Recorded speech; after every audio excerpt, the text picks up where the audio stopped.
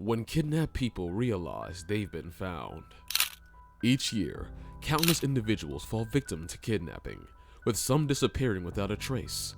But what happens when the police rescue them? Let us dive into 5 cases when kidnapped individuals realize they've been saved from their captors. Starting with a chilling event that took place in Alabama, where a dramatic rescue took place. Sean Sanders, a homeless man from Los Angeles known for his violent past, was accused of kidnapping a woman and locking her in a horrifying makeshift cage inside his van. A dramatic rescue of his alleged victim as police in Alabama free the kidnapped woman from the vehicle. The doors chained shut from the inside. The tense rescue mission kicked off when a bystander heard the victim's desperate screams as Sanders attempted to drag her into the woods. Acting quickly, the person trailed behind and promptly alerted the authorities. Police swiftly responded to the scene and confronted Sanders, who completely refused to surrender. Holding the terrified woman at knife point inside the van, Sanders escalated the tension. Ultimately, the situation required the use of a taser by the police to subdue Sanders and secure the woman's rescue. Inside, they found the back of the vehicle had been converted into a cage, wire covering the windows, blankets blocking any view, the doors chained shut. Upon entering the van, law enforcement made a chilling discovery. The back of the vehicle had been converted into a cage, with wire covering the windows and blankets obstructing any visibility. The doors were tightly chained, trapping the victim inside. Police say the victim suffered more than 30 blows to the head with a tire iron. She's now recovering at home, grateful to be alive. Shockingly, she had endured over 30 blows to the head with a tire iron. Despite the horrific ordeal, the kidnapped woman remarkably survived. A 14-year-old, she had a ring on her finger, on her ring finger. She had a ring on her finger. They've all kind of like hidden those. I mean, we know what's going on here. Moving on is another incident that occurred back in 2022 involving 10 underage girls found inside a trailer. The case began when an observant witness spotted what seemed to be human fingers protruding from a man's trailer during a routine traffic stop. Where are the hands? Let's see the hands. Let's get that other door open. There's hands sticking out of the top of the trailer.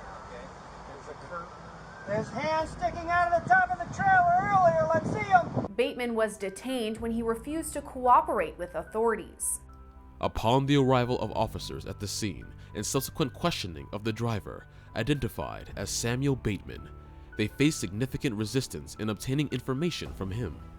Despite their efforts, Bateman remained tight-lipped, adding to the tension and confusion surrounding the situation.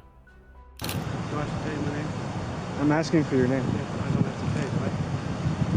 Sir, Yes, sir. what is your name? Samuel what? Is he the driver? Yeah. Adding to the complexity of the case was the revelation that Samuel Bateman was a polygamous cult leader with an astonishing 20 wives, a detail that would later prove to be crucial in understanding the circumstances. At this point, he's detained right now. I don't know. Okay, I understand that, but like he said, once we do our investigation, we can figure this out. Determined to unravel the mystery, the officers decided to open the trailer, only to be met with a horrifying sight.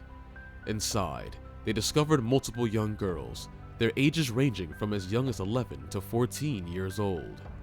It had nothing to do with your beliefs, your religion, anything of that nature. It all has to do with the suspicious nature of what was going on, and then when we do open doors and kids start popping out of trailers, we're like, okay, what do we have going on here? So again, it may be common practice where you guys are from, that's not common practice in Flagstaff. During the subsequent questioning, the girls appeared confused and disoriented by the unfolding events. The officers took the opportunity to explain the dangers of transporting children in such precarious conditions, emphasizing the lack of proper safety measures inside the trailer. Yes. Okay, he's giving you permission to take the vehicle. Okay. Do you have a... Comfortable with that? Yes, but isn't he coming? With Samuel Bateman's intentions regarding the girls remaining unclear, coupled with his troubled history, serious concerns were raised about their welfare. They're building the case that the way that they have to. There may be other charges where they believe that other federal laws were broken, but until they feel like they have enough evidence. As a result, Bateman faced federal charges, including kidnapping and tampering with evidence in connection with this disturbing incident. Police surround a shed with guns drawn. They take into custody a scary-looking dude with facial tattoos. If you thought that last case was bizarre, you won't believe what happened in Ohio when police came to rescue a 23-year-old Chloe Jones, who had been held captive in a shed. Chloe's nightmare began innocently enough when she accepted a seemingly harmless offer of a ride home from William Mozingo in Kenmore, Ohio. However, this decision turned into a horrifying ordeal as Mozingo instead transported her to a secluded shed where he subjected her to physical abuse and captivity. Then cops enter the shed. They are looking for someone. Is there somebody up there in the loft? It's an unforgettable sight. A ghostly figure slowly makes her way down a ladder. Adds to the disturbing nature of this story is that Chloe Jones was not Mozingo's first victim. In a previous incident in 2017, he had been convicted of kidnapping another woman in Ohio. Shockingly, despite this history, Mozingo was released from prison after serving only 18 months behind bars. Police say 23-year-old Chloe Jones was beaten with a baseball bat and held in the shed for 4 days before she was rescued. The police intervention in Chloe's case was intense and dramatic. Officers surrounded the shed, armed and prepared to confront William Mozingo. Upon entering the shed, their primary objective was to locate Chloe. They found her in the loft, bearing visible signs of physical trauma with 2 black eyes. It was one of the most scariest experiences of my life. I just can't believe that law enforcement and the court system is allowing him to keep reoffending. Despite her ordeal, Chloe displayed remarkable courage, opting to make her face known publicly to raise awareness and caution other women. As Mozingo was captured by the police, he issued chilling threats, indicating his intent to continue his malevolent actions. This disturbing pattern of Mozingo's reoffending, coupled with the perceived leniency of the legal system in addressing his crimes, raised serious concerns about the efficacy of the justice system in protecting victims and preventing further harm. Hi, sweetheart. You okay? Come here. Come here. Next up, in a shocking event, a police officer stumbled upon a 3-year-old girl sitting alone in a dark parking lot, hours after she had been taken during a car theft in Albuquerque, New Mexico. Caroline Leon Alcacar was inside her mother's vehicle when an opportunistic thief seized the moment while her mother briefly stepped out for an errand, driving off with the car and leaving Caroline behind. She's okay, she's getting warm. You're okay, baby. The hours that followed were fraught with frantic searches by both law enforcement and the community. Caroline's fate hung in the balance until Officer Krish Pocha discovered her just after 1 a.m. Oh, thank God. You said warmer his ear. Are you okay, sweetie? Hi, baby girl. The emotional moment, captured by the officer's body camera, revealed the frightening toddler alone and vulnerable in the dark parking lot, highlighting the unwavering dedication of law enforcement to reunite Caroline with her family. And I saw a ball of purple in the middle of a parking lot and thought that weird, and I drove into the parking lot and I immediately could tell it was a kiddo. In another distressing case, Kentucky police faced the daunting task of rescuing a kidnapped woman who had been chained to the floor of a home.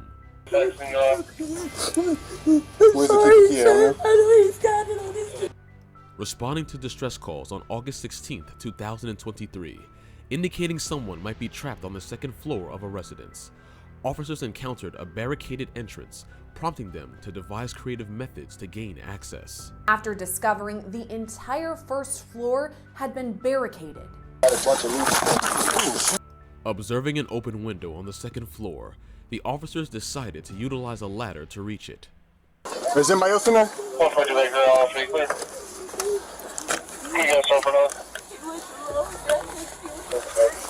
He did what? With determination, they ascended to the second floor, and made a shocking discovery inside the house: a woman chained up. Video footage captured the intense moments as the officers realized the gravity of the situation and swiftly assessed the victim's condition, prioritizing her safety and providing assistance. One else in here, right? No, you can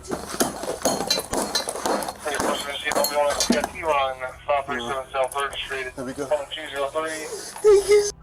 Subsequent investigation revealed that the person behind this terrible crime was the victim's ex-boyfriend, Moises May. He faced a slew of serious charges, including kidnapping, wanton endangerment, and assault, underscoring the gravity of the situation and the swift action taken by law enforcement to bring him to justice. If you enjoy true crime stories, remember to hit like and subscribe for more stories. Thanks for watching.